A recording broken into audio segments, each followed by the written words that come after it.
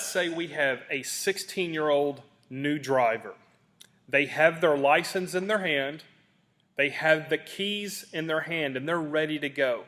But one of the things you tell them before they put that key into the ignition and pull away out of the driveway is, don't risk getting a ticket, but make sure you buckle your seatbelt.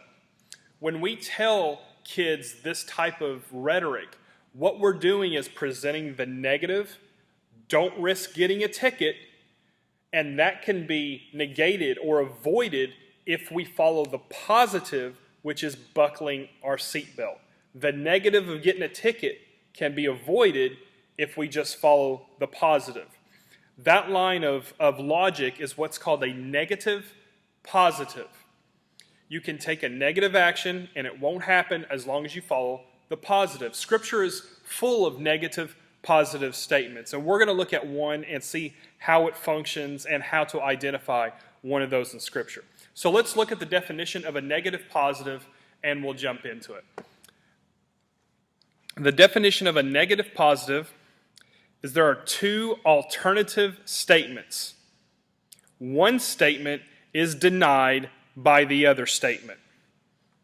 The symbol that we're going to use for a negative positive is a minus and a plus, kind of like the math symbols, a minus and a plus, or a negative and a positive.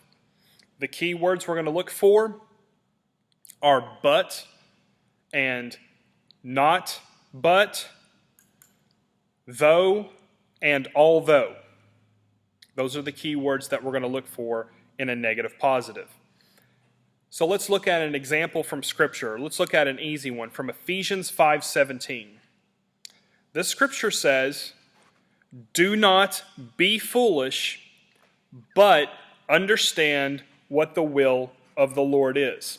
So let's identify our key phrases. We look at "do not be foolish," and there it is staring at our face, a but understand what the will of the Lord is. So we're going to separate "do not be foolish" and make that another proposition right underneath it by separating the B-U-T, but understand what the Lord is. We're going to separate that into a different proposition. So we have two propositions here in this verse. The first is "do not be foolish," and the second is "but understand what the will of the Lord is."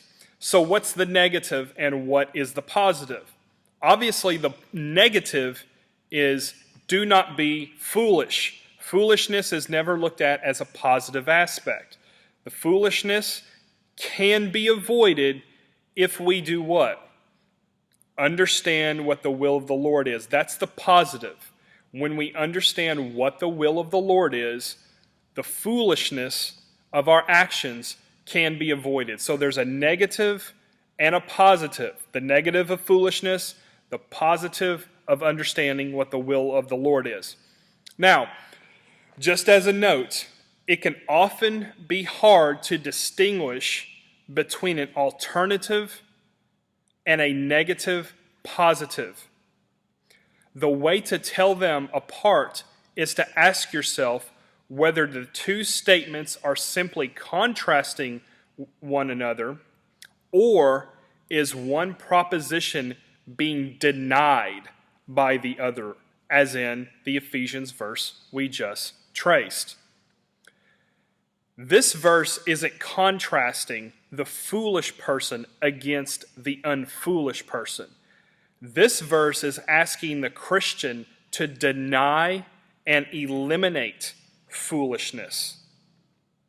That's the negative, by understanding the will of the Lord. That's the positive.